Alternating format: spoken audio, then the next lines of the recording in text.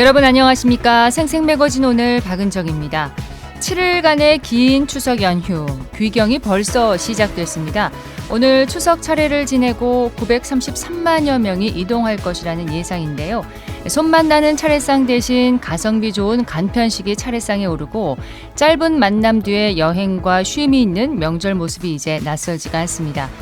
명절 문화가 이렇게 실용으로 무게중심이 옮겨가고 있지만 조상을 기억하고 가족을 챙기는 마음은 가벼워지지 않았으면 하는 바람입니다.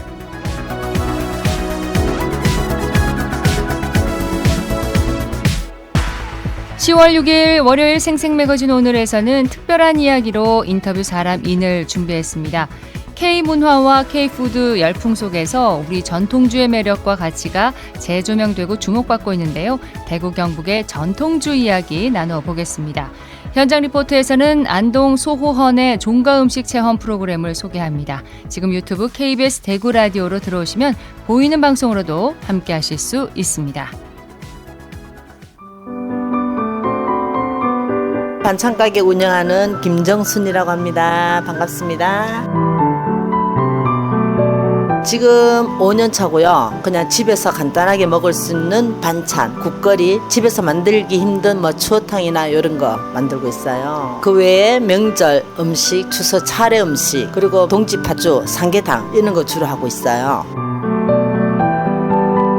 한 2주 전부터 주문을 많이 하시는데 제가 2주 전부터 한 이틀 전에 마감을 하거든요. 왜냐하면 저도 준비하는 과정이 있으니까 돈백이나 이런 거는 전부 다 산지에서 바로 올라오니까지 제가 직접 합니다. 채소 같은 경우에는 하루 전날 구매를 해서 새벽 2시에 와서 우리가 직접 다 나물 따듬고 씻고 다 하거든요. 조리 과정도. 그리고 전도 그날 추석 전날 새벽 2시에 와서 여기 직원들 6명이서 같이 동시에 작업을 하고 있어요. 예전 전통으로 그냥 경북이니까 경북 그 전통으로 그냥 기본으로 전 5가지 탕류, 오색나물 쪽으로 하고 있어요. 예전에 비해서 추석 차례 음식은 많이 줄었고요. 이번에는 명절 연휴가 워낙 길다 보니까 집에서 먹을 수 있는, 그래도 명절이다 보니까 차례는 안 지내더라도 손님들 오고 이러니까 그 차례 음식 위주보다는 그냥 집에서 먹을 수 있는 잡채, 갈비찜 이런 위주로 많이 나가고 있어요. 제가 고객님을 위해서는 좀 더 싱싱한 재료로 좀 보답하는 방법, 그 방법밖에 없을 것 같아요. 우리 만천도 사시는 동네 주민분들 지나가시는 길에 맛있는 반찬 많이 준비되어 있으니까 꼭 들려주세요.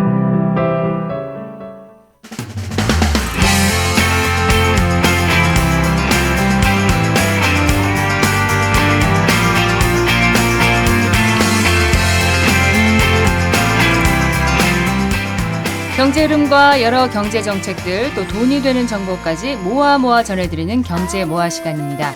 이 교통수단이 상용화되면 도로의 정체 현상도 옛말이 될 거라는 얘기가 있습니다.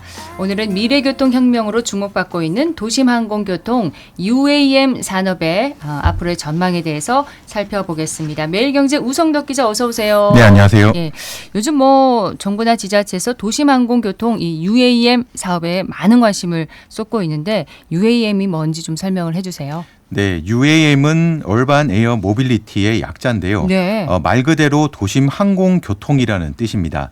기존 항공기와 다른 점은 도심 내에서 쉽고 편하게 이동할 수 있다는 건데요. 자동차처럼 2명에서 6명 정도의 적은 인원이 탑승할 수 있는 개인용 비행기라면 보시면 되고요. 이야. 네, 크기도 작고요. 수직으로 이착륙해서 활주로가 없다는 점, 그리고 석유가 아닌 전기를 쓴다는 점이 일반 비행기와 다르다고 할 수 있습니다. 전기를 쓰면 경제적일 거고 비행기와 거의 같다면 굉장히 빠를 거고 네, 장점이 맞습니다. 정말 많겠네요. 네, 맞습니다. 그 UAM은 연료 효율이 높아서 안정적인 비행을 할 수 있는 속도, 이걸 순항 속도라고 하는데요. 네. 이 순항 속도가 헬기보다 월등히 빠르고요. 그렇다 보니까 이동할 수 있는 반경도 크다고 합니다. 또 전기를 쓰기 때문에 기름을 쓰는 헬기보다 경제적이면서 친환경적이고요. 굉음을 내는 헬기와 다르게 소음도 아주 작아서 도심에서도 조용히 비행할 수 있습니다. UAM은 크기도 헬리콥터보다 작아서 상대적으로 좁은 공간에서 쉽게 이착륙이 가능하고요. 네. 안정성에도 큰 차이가 있습니다. 보통 우리가 프로펠러라고 부르는 그 로터, 이게 여러 개 장착돼 있기 때문에 이 중 하나가 파손되더라도 안전하게 착륙할 수 있게 고안됐다고 합니다. 그렇군요. 그리고 헬기와는 다르게 또 개발 초기부터 자율 비행 기술이 함께 연구된다는 점도 UAM의 특징이라고 할 수 있습니다. 크기가 이렇게 그 헬리콥터보다 작으면 좀 덜 안전하지 않을까 싶은데 안전성도 높다는 거잖아요. 네, 그렇습니다. 그러니까 정말 UAM이 새로운 교통혁명이다 이런 얘기가 나오겠어요. 네, 맞습니다. 일단 교통체증은 전 세계 대도시마다 겪고 있는 현상인데요. 일단 하늘로 다니기 때문에 이런 문제를 해결해 줄 수가 있고요. 네. 최고 시속이 300km에 달해서 목적지에 빠르게 갈 수도 있습니다. 300km요, 시속? 네, 그렇습니다. 와. 최고 속도가 그렇게 나온다고 합니다. 예. 또 이렇게 교통체증 같은 이런 문제를 또 해결하면 그 대중교통이나 물류, 관광산업 등에서도 활용 가치가 높아지는데요. 이런 여러 가지 그 혁신적인 변화를 이끌리는 그 교통수단이 될 것으로 평가받고 있습니다. 네. 그렇다 보니까 그 세계적인 투자은행인 모건 스탠리는 전 세계 UAM 시장 규모가 2040년에 1조 4,040억 달러, 우리 돈으로 약 2,046조 원에 달할 것이다. 이렇게 전망하고 있습니다. 네. 장점도 많고 또 시장 규모도 이렇게 크다 보니까 지자체들도 UAM 산업 육성에 큰 관심을 쏟고 있죠. 네, 맞습니다. 대구시와 경상북도 역시 마찬가지인데요. 일단 대구시와 경북도의 출발은 괜찮습니다. 대구시와 경북도가 최근 국토교통부로부터 올해 UAM 시범사업 지원 공모에 공동 선정됐기 때문인데요. 네. 국토부는 이번 공모에서 UAM을 이용 목적에 따라서 교통형과 관광형, 공공형 이렇게 세 가지 유형으로 공모를 했고요. 대구시와 경북도는 공공형 지자체로 선정이 된 겁니다. 네. 공공형은 그 UAM을 활용해서 재난이나 교통, 치안 서비스, 응급구조 같은 공공 서비스 모델을 제시하는 사업인데요. 국토부는 국비 10억 원을 들여서 UAM 이착륙장, 이걸 버티포트라고 하는데요. 버티포트요? 네, 이 버티포트 기본 구상과 기본 설계 등을 지원할 예정이고요. 대구시와 경북도는 시도비 그 10억 원을 더해서 총 20억 원으로 이 사업을 추진할 계획입니다. 그러면 경북에는 이 UAM이 뜨고 내릴 수 있는 이착륙장 버티포트가 곧 조성되겠네요? 네, 그렇습니다. 지금 UAM이 뜨고 내릴 수 있는 그 핵심 기반 시설이 버티포트라고 말씀드렸는데요. 네. 지금 이 버티포트는 김천 구미역과 외관 IC 그리고 대구 경북 과학기술원 이렇게 세 곳에 건설이 됩니다. 세 개의 버티포트를 연결한 노선 길이는 약 96km로 각 버티포트는 반경 50km의 공역을 설정해서 각종 공공 서비스를 수행할 예정이고요. 네. 이번 사업에는 경찰청과 한국도로공사 등 관련 기관들도 함께 참여할 예정입니다. 자, 이렇게 되면 대구시와 경북도도 이런 사업에 거는 기대가 굉장히 클 것 같습니다. 네, 그렇습니다. 일단 UAM 생태계 조성에 좀 유리한 고지를 차지했다고 볼 수 있는데요. 이를 계기로 해서 대구시와 경북도는 그 대구 경북 신공항도 건설되는 만큼 신공항과 연계한 UAM 산업을 더욱 확대해 나가겠다는 의지를 갖고 있습니다. 연계 산업이 많다는 거죠? 네, 그렇습니다. 지금은 그 공공 서비스에 불과하지만 앞으로는 관광이나 교통, 물류 이렇게 다양한 유형으로 UAM 경제권을 확대해 나간다는 구상인데요. 네. 대구시와 경북도는 특히 지역의 자동차 부품 업체들도 많은 만큼 신산업 진출에 대한 그 기회도 만들 수 있다고 기대하고 있습니다. 이렇게 민간 영역까지 UAM 산업이 연계되면 관련 산업 생태계 조성에도 대구 경북이 유리해질 수 있다. 이렇게 기대를 하고 그렇군요. 있는 상황입니다. 그러면 세계에서는 우리나라가 이 UAM 산업에서 어느 정도에 위치해 있습니까? 네, 지금 전 세계적으로 그 UAM 분야에서 가장 앞서 있다. 이렇게 평가를 받는 곳은 미국과 중국 회사들인데요. 예. UAM 개발 분야에서 가장 앞서 있다고 평가받는 미국의 회사가 바로 조비 에이비에이션이라는 회사입니다. 네. 이 회사는 올해 말 그 아랍에미레이트 두바이에서 에어택시, 이걸 UAM 택시와 같은데요. 네. 이 서비스를 처음으로 선보일 계획이고요. 내년에는 미국에서도 상업 서비스를 시작하는 게 목표라고 합니다. UAM 상용화에 대한 기대감이 커지면서 조비 에이비에이션의 그 주가도 최근 크게 상승을 했고요. 중국은 유명한 회사가 어딘가요? 네, 중국에서는 그 이양홀딩스라는 회사가 가장 유명합니다.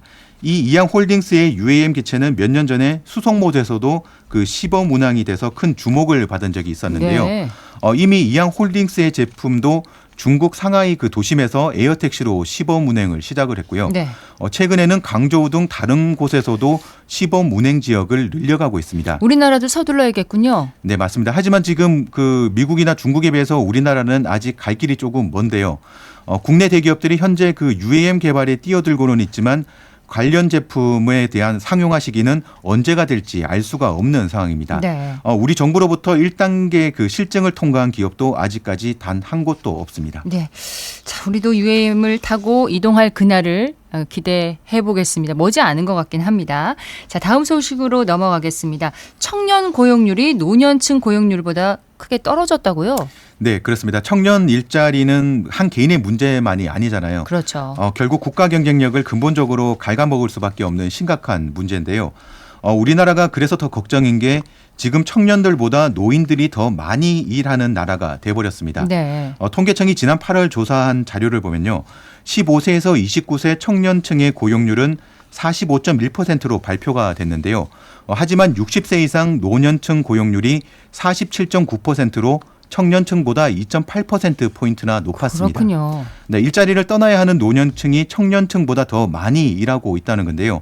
이런 현상이 계속될 것으로 보이는 만큼 올해 최종 고용률도 노년층이 청년층을 앞설 것으로 예상됩니다. 네, 청년들의 고용률이 낮다는 거는 청년들이 선호하는 일자리가 그렇게 많지 않다는 걸 의미하는 거 아닐까요? 네, 맞습니다. 그래서 젊은 사람들이 요즘 열심히 구직 활동을 안 해서 그렇다. 이런 편견은 좀 가지지 않았으면 좋겠는데요.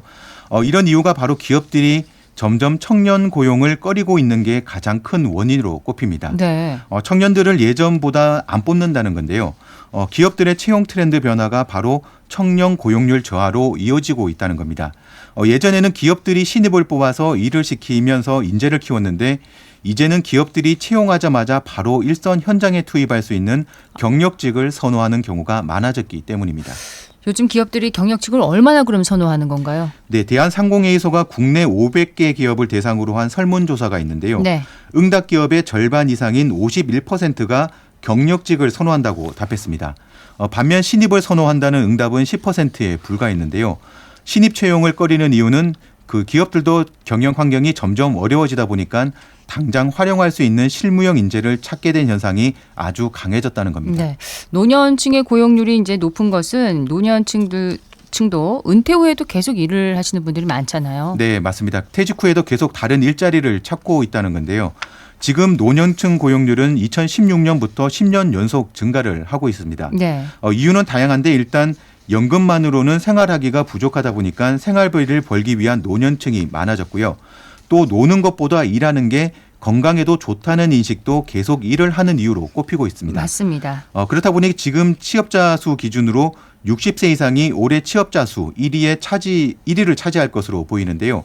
60세 이상 취업자는 올해 8월까지 평균 678만 7천 명을 기록했는데요. 네. 이 숫자는 667만 1,000명인 50대보다도 많았습니다. 청년들의 일자리 부족, 고용률 저하, 이 문제는 개인의 영역이 아니라 국가적인 문제가 아닌가 싶습니다. 네, 말씀하신 대로 그 단순한 일자리 위기가 아닌데요.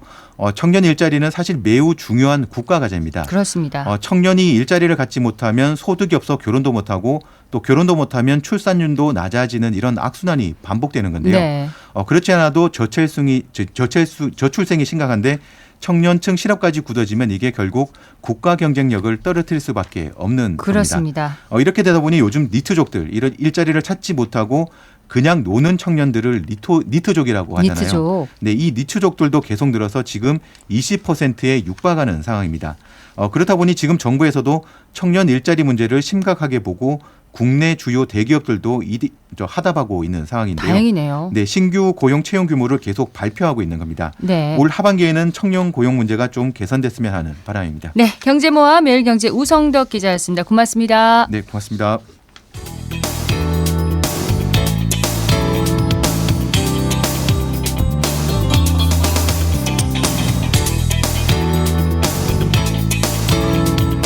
보물 제475호 안동 소호헌에서는 우리의 전통 음식을 맛보고 또 문화를 체험해보는 고택 종갓집 활용 사업이 진행되고 있습니다. 남녀노소, 내외국인 모두 아주 좋은 반응을 보이고 있다고 하는데요. 김민정 리포터 소호헌을 다녀왔다고. 이름이 좀 어렵습니다. 네. 소호헌. 네, 소원에서는 앞이 보이지 않았던 어머니가 만든 약밥 이야기가 담긴 고택 만찬 체험 프로그램을 열고 있습니다. 예. 소원은 우리 전통 음식인 약과 약밥, 약주에 얽힌 특별한 이야기가 전해지는 곳인데요. 참여자들은 만찬을 맛보면서 전통 놀이도 해보고 공연을 보며 약과와 약밥을 즐기면서 고택에서 알찬 시간들을 보냈습니다. 제가 다녀왔던 날에는 일본에서 온 관광객들로 붐볐는데요. 예. 현장으로 함께 가보시죠. 양발차기. 유치요. 거리다 걸. 활 한번 쏴보실게요. 손가락을 당기면서 놓으셔가지고 장력이 제대로 안 됐어요. 그냥 바로 딱 손가락만 이렇게 놓으셔야 돼요. 손가락만. 너무 어려워요. 혹시 이거 다시 어릴 때 해보셨을까요? 어릴 때 해본 것 같아요. 이게 저거는 저희 도끼니 할때 밑단다 그전에. 이게 우리나라 전통 과자를 만드는 거거든요. 곡물가루에 달콤한 꿀을 섞어서 노란색은 송화가루. 아 송아가루. 소나무에서 나오는 노란색 가루 있죠. 소나무. 소나무. 맛주너기. 너무 맛있다. 맛있어요. 안원에 고소하고 간이 맞고 단맛이 그 좋은 맛이에요. 제 이름은 서성이라고 하고 대구 서씨입니다. 저는 지금으로부터 약 500년 전 이곳에서 태어났습니다. 아픈 아버지와 앞을 보지 못하는 어머니는 오히려 더 깊은 사랑을 확인하게 되었습니다.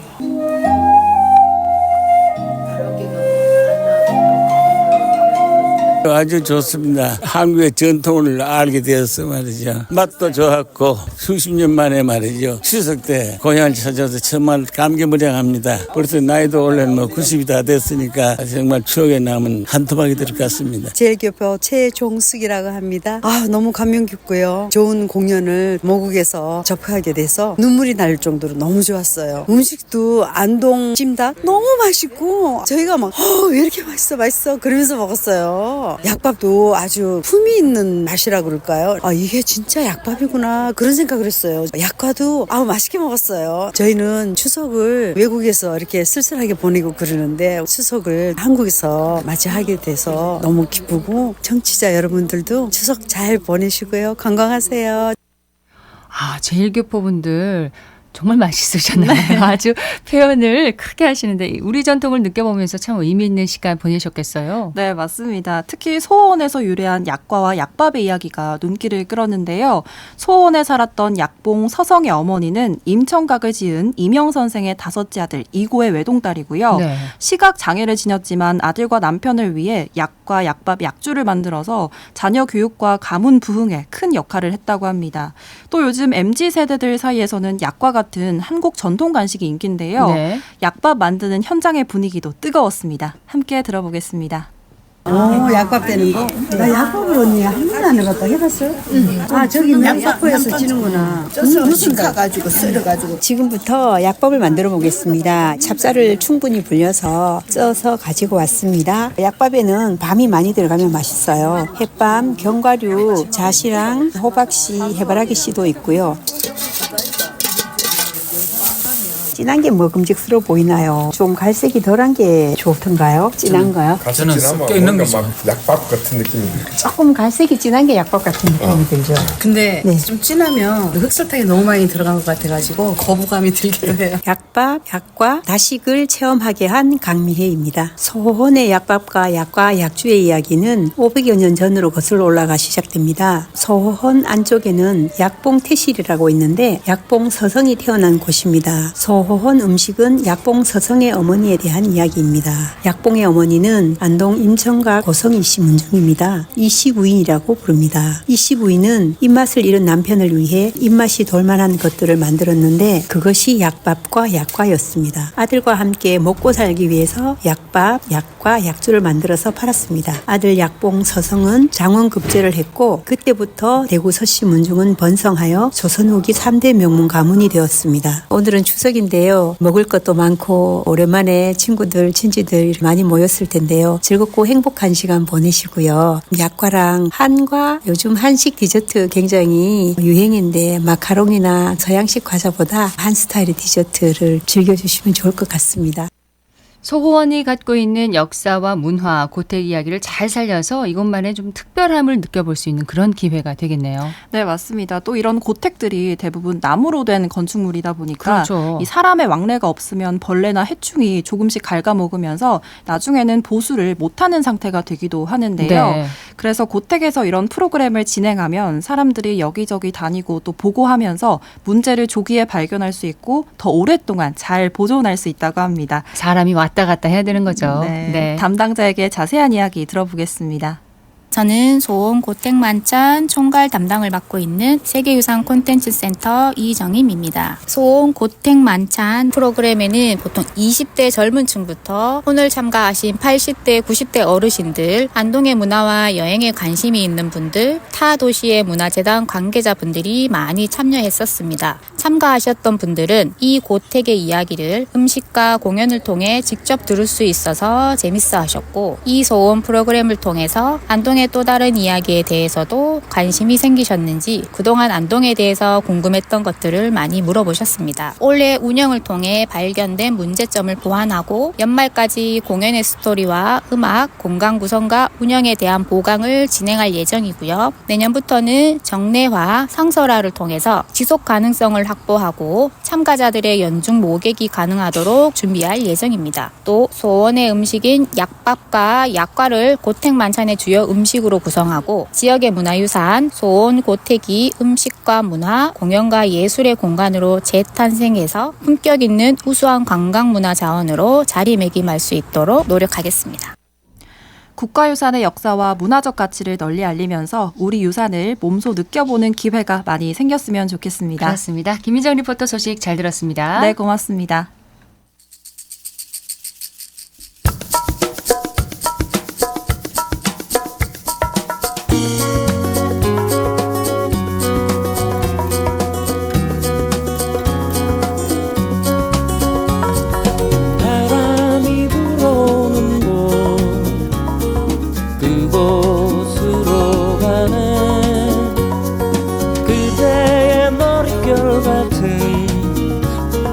나무 아래로 덜컹이는 기차에 기대어 너에게 편지를 쓴다.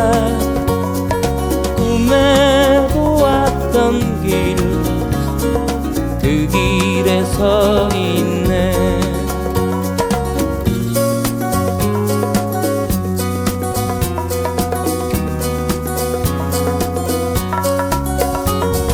설레임과 두려움으로 불안한 행복이지만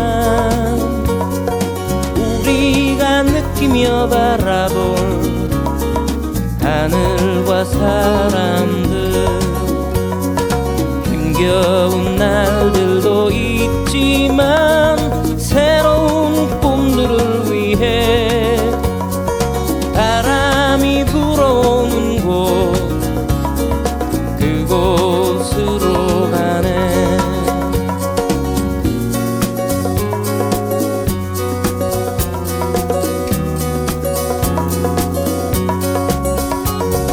햇살이 눈부신 곳, 그곳으로 가네.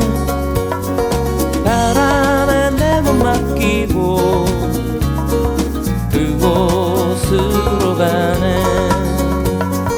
줄렁이는 파도에 흔들려도 수평선을 바라보며 햇살이 웃고 있는 곳, 그곳으로 가네.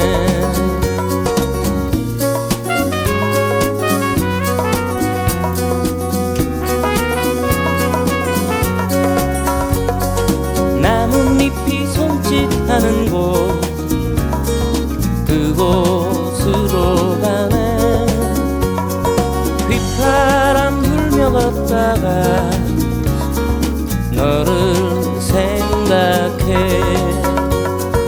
너의 목소리가 그리워도 뒤돌아볼 수는 없지. 바람이 불어오는 곳, 그곳으로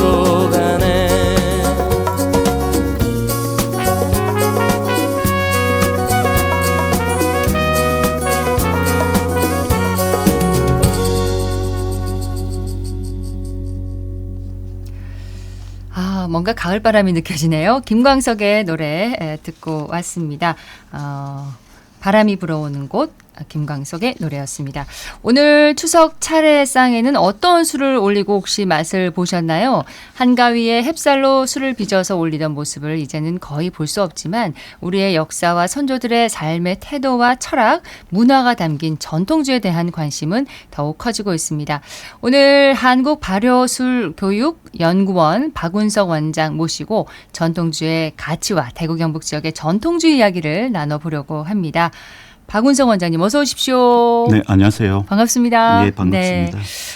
전통주 얘기하기 전에 먼저 대구에 있는 한국발효술교육연구원 저는 사실 처음 들었거든요. 어떤 곳인지 좀 소개를 해주세요. 그 한국발효술교육연구원은 네. 이제 발효술인 수제 맥주와 전통주를 전문적으로 교육하는 기관입니다. 교육이요? 예. 그 요즘은 맥주보다는 이제 전통주에 대한 교육이 점차 많아지는 추세인데요. 지난해에 그 농림축산식품부로부터 이제 전통주 교육 훈련 기관으로 지정을 받았거든요. 네. 그래서 지금은 수강생들이 수강료를 국비로 지원받아서 이제 교육을 하고 있습니다. 네. 요즘은 수강생 중에서 이제 20대, 30대 비중이 많이 늘어났거든요. 그럼 직접 술을 이렇게 담가보려는 그런 청년들이 늘어나고 있다는 건가요? 예, 그 20대, 30대는 이제 교육을 받은 후에 양조장 창업을 많이 하고 있습니다. 40대 이상 50대 이런 분들은 집에서 이제 술을 빚다가 잘 안 되니까 네. 특히 이제 쓴맛이 많이 나고 하니까 이제 배우러 오시는 분들이 많은 편이고요. 예. 네. 원장님도 요즘, 그러면 직접 술을 빚으시겠네요. 그렇죠. 이제 직접 빚기도 하고 이제 교육도 하고 그렇게 하고 있습니다. 예. 전직 기자셨다고 들었습니다. 네. 예. 어떤 계기로 이렇게 전통주에 관심을 갖고 교육연구원까지도 열게 되셨는지 궁금합니다. 그 기본적으로 워낙 술을 좋아하는 면이 있고요. 그러시군요. 예. 술을 마시다 보니까 네. 내가 만들어 마시면은 더 맛있겠다는 생각이 많이 들더라고요. 그래서 조금씩 만들어 보다가 퇴직이 가까워지고 하니까 퇴직 네. 이후의 생활에도 관심을 가지게 되고 조사를 해보니까 대구에 이제 전통주를 전문적으로 교육하는 기관이 없더라고요. 그래서 이제 관심을 가지고 공부를 좀 하게 되었습니다. 그러면 이 한국발효술교육연구원은 대구에서 전통주를 제대로 교육하는 그런 기관이라고 볼 수 맞습니다. 있겠네요. 예. 예. 애주가라고 하셨는데 과음하시는 건 아니고 그냥 술을 좋아하시는 건가요? 그렇죠. 아, 그러십니까? 농담 삼아 일주일에 9번 술을 마신다고 이야기를 하는데요. 네. 낮술 2번 포함해서 있습니다. 일주일에 9번. 보통 명절 차례상에는 정종을 많이 올리잖아요. 네. 근데 원장님 댁에 추석 차례 주는 뭔가 좀 다를 것 같습니다. 정종이 아닌 뭔가 특별한 술을 올리실 것 같은데 맞습니까? 저희 집안에서는 차례주로 이제 막걸리를 쓰고 있거든요. 막걸리요? 예. 실제로 집안마다 분위기가 많이 달라서 이제 맑은 술을 쓰는 집안도 있고 막걸리 탁주를 쓰는 집안도 있고 가끔씩은 요즘 또 이제 정종을 사용하는 집안도 있는데요. 네.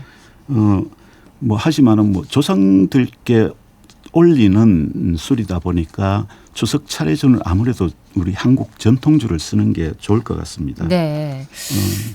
정종은 얼마 전까지 많이 사용을 했었거든요. 예. 근데 정종은 알고 보면은 일본의 그 사케 브랜드입니다. 그렇습니까? 예.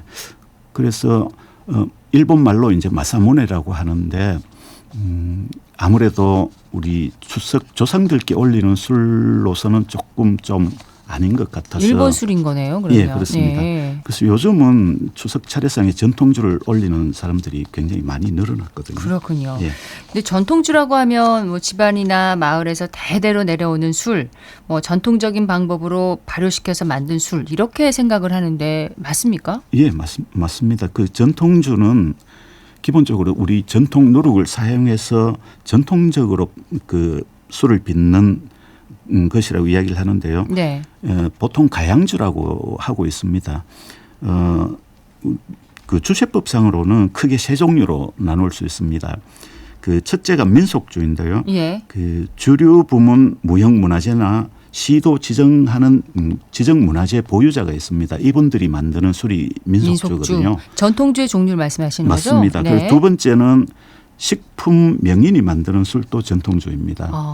그리고 요즘 젊은 층에서 인기가 많은 지역 특산주가 있는데 네. 이거는 이제 그 지역의 농업 경영체나 생산자 단체에서 그 지역 농산물을 사용해서 만드는 술이 지역 특산주입니다. 네. 이렇게 세 가지 전통주로 이제 인정을 받으면은 민속주, 식품 명인이 만든 예. 그 전통주 그리고 지역 지역 특산주 특산주. 이렇게 예. 세 개가 전통주군요. 예, 그래서 전통주로 인정을 받으면 세금 감면 혜택이 있고요.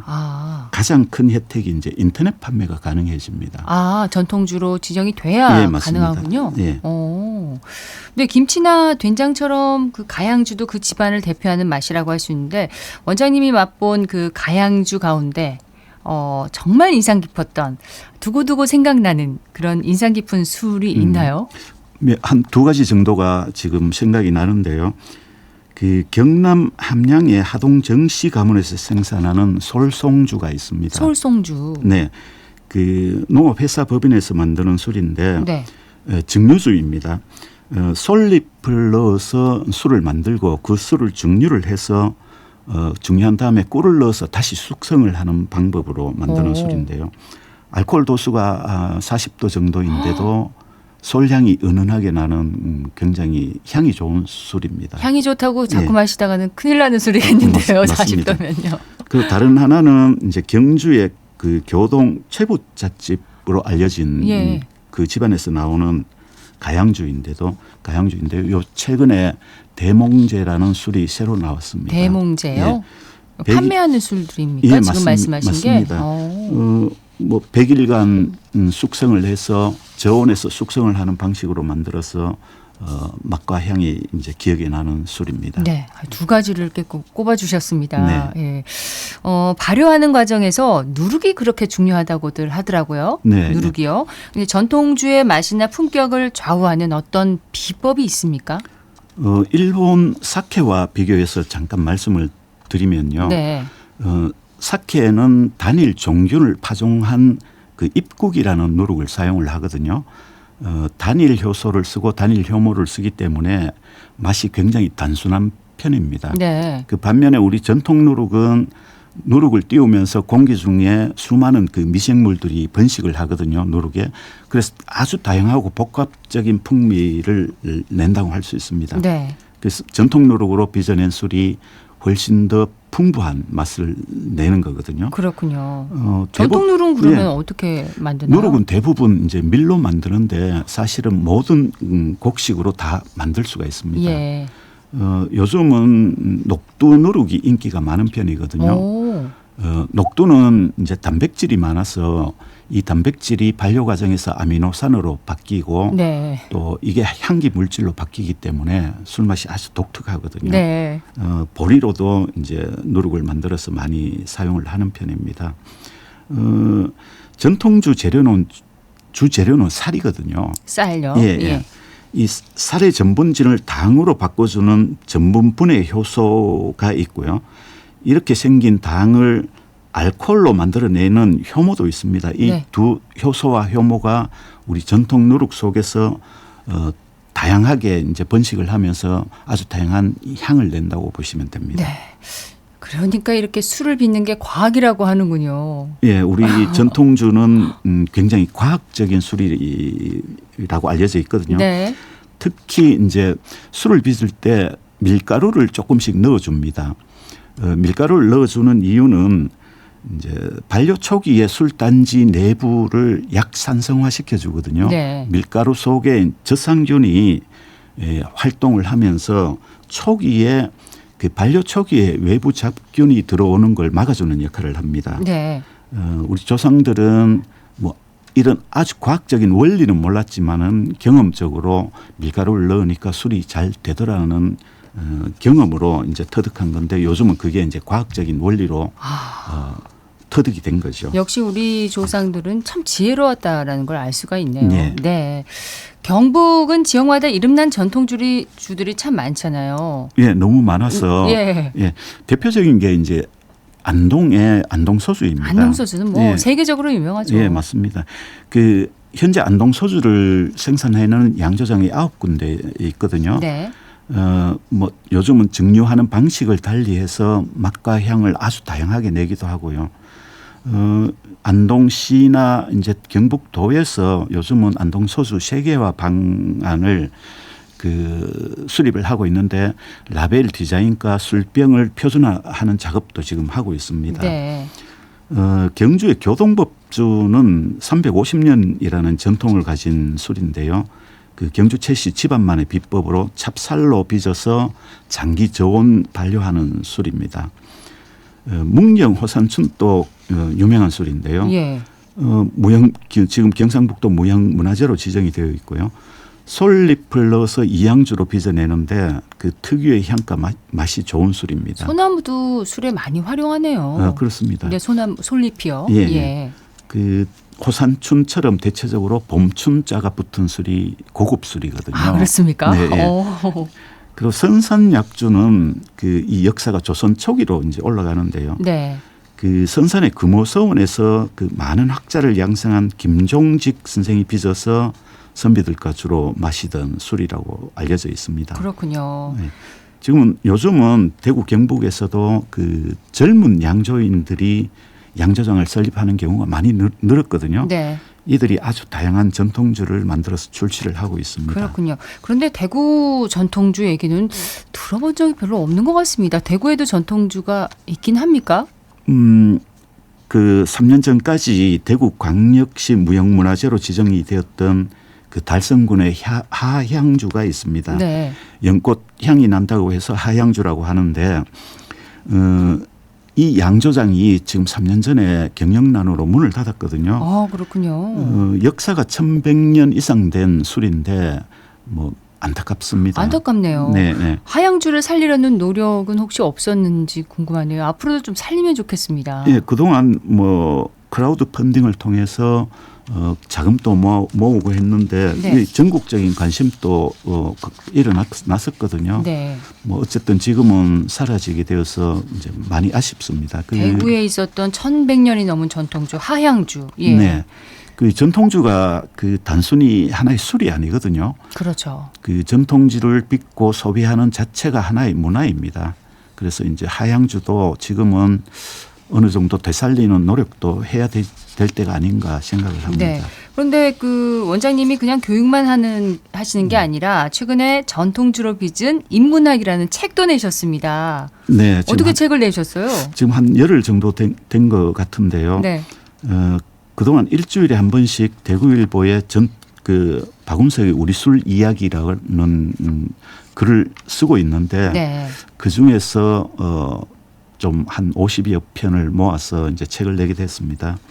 그 술을 단순히 마시는 행위로만 보는 게 아니고 네. 이걸 하나의 문화로 보고 인문학으로 보고 쓴 글이라고 생각을 하시면 되겠습니다. 선조들의 술 문화 가운데 뭐 삶의 철학이나 지혜가 느껴지는 이야기를 좀 소개를 좀 해주세요. 우리 선조들은 술을 마시는 것을 하나의 그 풍류로 그렇죠. 즐기셨거든요. 예. 그 풍류라는 것은 일단 멋이 있고 운치가 있어야 하는 놀이입니다. 네. 그래서 당시의 술 문화는 음주만이 아니고 이제 음악도 있고 그림도 있고 시도 짓고 하는 그 하나의 문화를 창조하는 바탕이 되는 게 음주였거든요. 네. 우리 전통주는 여성 중심적인 술이기도 했습니다. 그 대체적으로 우리 전통주들이 단맛이 강한 술들이 굉장히 많거든요. 예, 단맛이요? 예. 그 당시에 술 빚는 일을 주로 담당하시던 분들이 여성분들이었습니다. 그 일부러 술 맛을 달게 해서 남자들이 술을 많이 못 마시게 했거든요. 그렇습니까? 술이 달면은 3잔 이상 못 마십니다. 그런 의도가 있었군요. 네. 예. 전통주가 여성이 중심이었다라는 것도 새롭게 알게 된 것 같습니다. 요즘 젊은 세대들이 전통주에 대해서 관심이 많은데 어떤 매력에 끌려서일까요? 일단 다양성이 가장 큰 매력입니다. 다양성이요? 네. 그 전통주 양조장 설립에 대한 진입 장벽이 지금 많이 낮아진 편이거든요. 네. 그 때문에 이제 젊은 층에서 양조장 창업이 많이 늘어났습니다. 그 자연스럽게 젊은 층이 자기들 입맛에 맞는 다양한 술들을 만들어 유통시키기 시작을 했거든요. 네. 그러면서 이제 선택의 폭이 넓어진 것이지요. 요즘 또 전통주 교육을 받는 사람들 대부분은 젊은 층입니다. 그렇군요. 이들이 양조장이든 또 뭐 판매장이든 현장에 뛰어들면서 이제 전통주 시장이 점차 활기를 띠고 있습니다. 네. K푸드 열기가 지금 대단한데 우리 전통주 산업의 미래도 좀 밝아 보이십니까? 어떻습니까? 저는 아주 밝다고 보거든요. 일본의 사케가 세계적으로 알려지게 된 것은 이제 스시로 대표되는 일본 음식의 영향이 많이 컸거든요. 예. 스시와 사케가 함께 나갔기 때문에 세계화가 가능했습니다. 그 한국의 전통주도 반드시 K푸드와 같이 나가야 그렇습니다. 음식도 세계화되고 술도 세계화됩니다. 예. 더군다나 이제 한국 전통주는 반려술이거든요. K푸드도 반려 음식입니다. 네. 뭐 김치라든지 된장이라든지 이런 앞으로는 반려 음식의 시대가 온다고 이야기를 하잖아요. 그래서 이제 반려술과 반려 음식이 같이 나가면은 우리 한국 전통주의 미래도 밝을 수밖에 없다고 봅니다. 한국 전통주의 미래가 밝다라는 말씀을 하시면서 표정이 함께 밝아지셨습니다. 자, 전통주를 잘 즐기는 방법도 궁금한데 전통주를 더 알고 싶은 분들에게 좀 조언을 해 주신다면요. 가장 좋은 방법은 이제 그 지역의 양조장을 찾아가는 방법이거든요. 뭐 휴가를 가시든지 지나가는 길에 그 지역에 있는 양조장 탐방을 해보시는 거죠. 그러면은 그 양조장에서 체험도 할 수 있고 시음도 할 수 있습니다. 그렇군요. 요즘 그런 프로그램이 양조장마다 다 갖춰져 있거든요. 네. 다른 하나는 이제 전통주 바틀샵을 찾아가는 방법인데요. 지금 대구에도 바틀샵이 생기기 시작을 했습니다. 네. 그 전국의 양조장에서 생기는 전통주를 모아서 판매하는 곳인데요.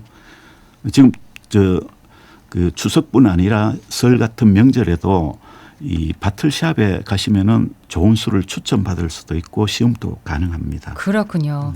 우리 전통주의 맛과 멋을 함께 나누는 기회가 더 많아졌으면 하는 바람입니다. 인터뷰 사람인 한국발효술교육연구원의 박운석 원장과 얘기 나눴습니다. 원장님 고맙습니다. 네, 감사합니다.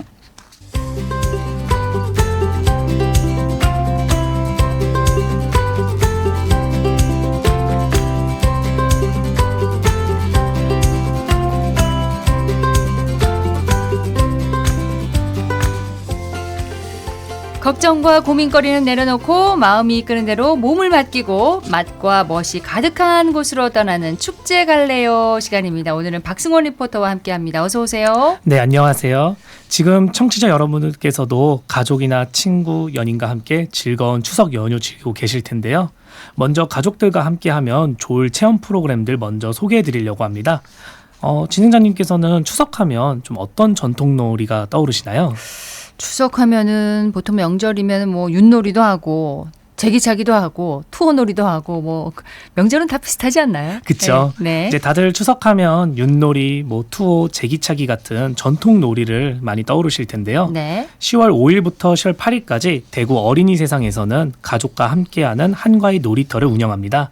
먼저 1층 꿈빛 마당에서는 추석 관련 문제풀이를 통해서 우리나라 명절의 의미와 전통을 배워보고 윷놀이나 제기차기 같은 전통놀이도 체험해 볼 수 있는데요. 참여한 어린이들에게는 추첨을 통해서 공연 관람권 2매와 학용품 세트도 증정합니다. 예. 또 같은 장소에서는 알록달록 모둠전이라는 체험에 참여할 수 있는데요. 추석 전통 음식인 모둠전에 색칠을 하고 종이 접시에 붙여 나만의 모둠전을 만들어 보는 겁니다. 완성한 작품은 현장에 전시하거나 집에 가져갈 수 있다고 하니 참여해 보시면 좋을 것 같습니다. 그러네요. 행사는 10월 6일 추석 당일을 제외하고 오전 9시 30분부터 오후 5시 30분까지 운영하고 별도의 참가비 없이 무료로 체험할 수 있습니다. 네, 가족 단위로 다 함께 전통놀이도 체험해 보고 싶으시다면 대구 어린이 세상으로 가보시면 되겠습니다. 가족과 함께 또 방문하면 좋을 곳 어디 있을까요? 저는 아무래도 대구 근대 역사관을 좀 추천드리고 싶은데요. 10월 7일부터 9일까지 사실 추석 연휴와 함께 이번에 한글날을 같이 이어서 하잖아요. 그렇죠. 그래서 이 한글날을 맞아 아이들과 함께 할 수 있는 체험 프로그램인 바로 한글 책갈피 꾸미기 체험이 준비되어 있어요. 책갈피 꾸미기요? 네. 하루에 100명씩 선착순으로 참여할 수 있고요.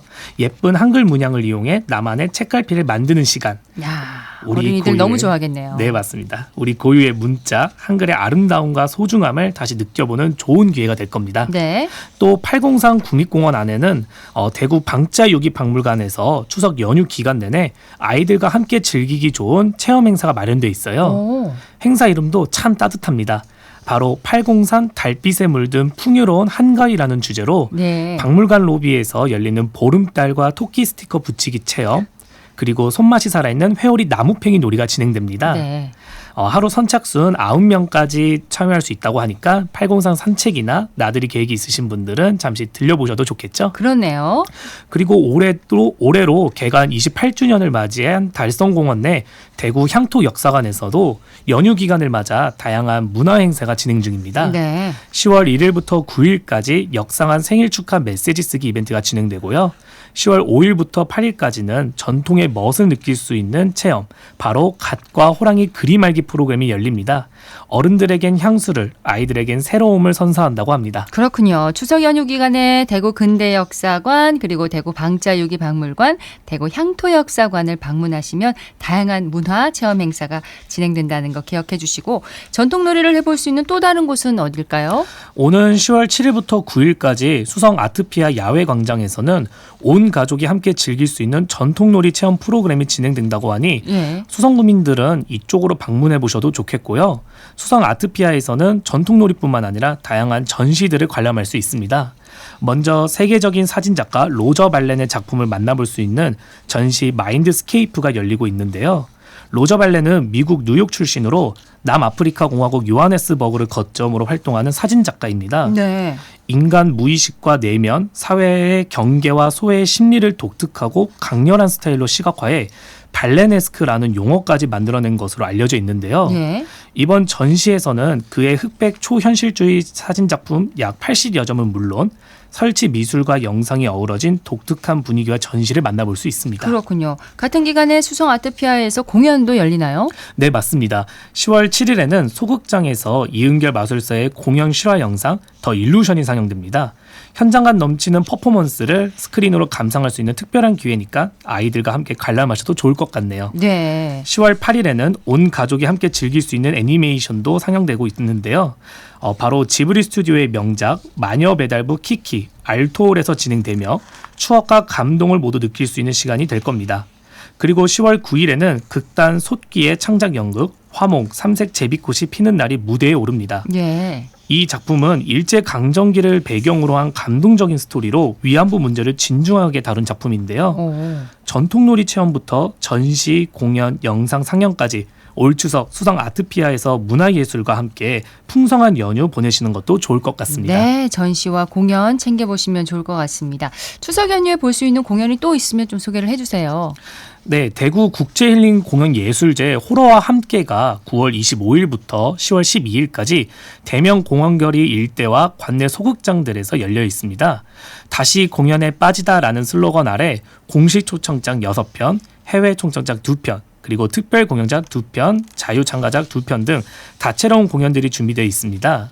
이 축제는 기존 호러 콘텐츠 기반의 공연 예술제에서 한 단계 더 발전해 힐링이라는 감성을 함께 담아내고 있어 네. 공연을 사랑하는 분들이나 가을의 특별한 분위기를 즐기고 싶은 분들, 추석 연휴에 특별한 시간을 보내시고 싶은 분들에게 추천을 드립니다.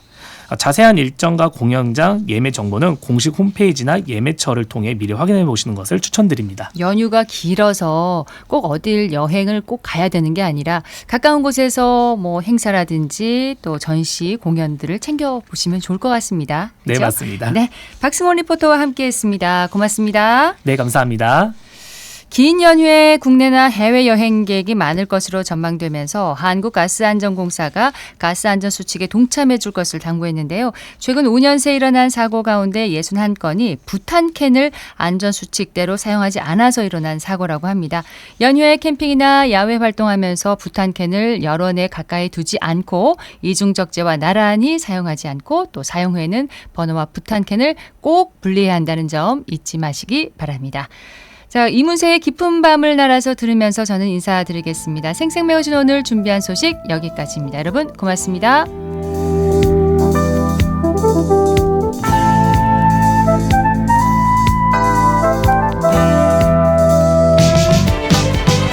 우리들 만나고 헤어지는 모든 일들이 어쩌면 어린애들 놀이 같아. 슬픈 동화 속에 구름 타고 멀리 나르는 작은 요정들의 슬픈 이야기처럼. 그러나 우리들 알지도 못하고 울지만 사랑은 아름다운 꿈결처럼. 고운 그대 손을 잡고 밤하늘을 날아서 궁전으로 갈 수도 있어. 난 오직 그대 사랑하는 마음에 바보 같은 꿈 꾸며 이룰 수 없는 저 고의 나라로 길을 잃고 헤매고 있어. 그러나 우리들 알지도 못하고 울지만 사랑은 아름다운 꿈결처럼. 고운 그대 손을 잡고 밤하늘을 날아서 궁전으로 갈 수도 있어.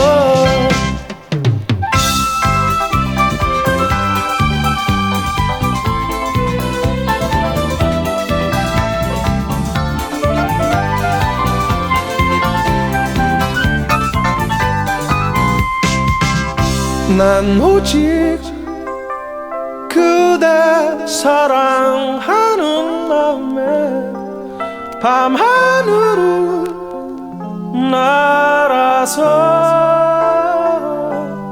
그대 잠든 모습 바라보다가 입 맞추고 날아오고파. 그러나 우리들 알지도 못하고 울지만 사랑은 아름다운 꿈결처럼. 고운 그대 손을 잡고 밤하늘을 날아서 궁전으로 갈 수도 있어. 난 오직 그대 사랑하는 마음에 밤하늘을 날아서 그대 잠든 모습 바라보다가 입 맞추고 날아가고파. 그러나 우리들 알지도 못하고 울지만 사랑은 아름다운 꿈결처럼. 고운 그대 손을 잡고 밤하늘을 날아서 궁전으로 갈 수도 있어.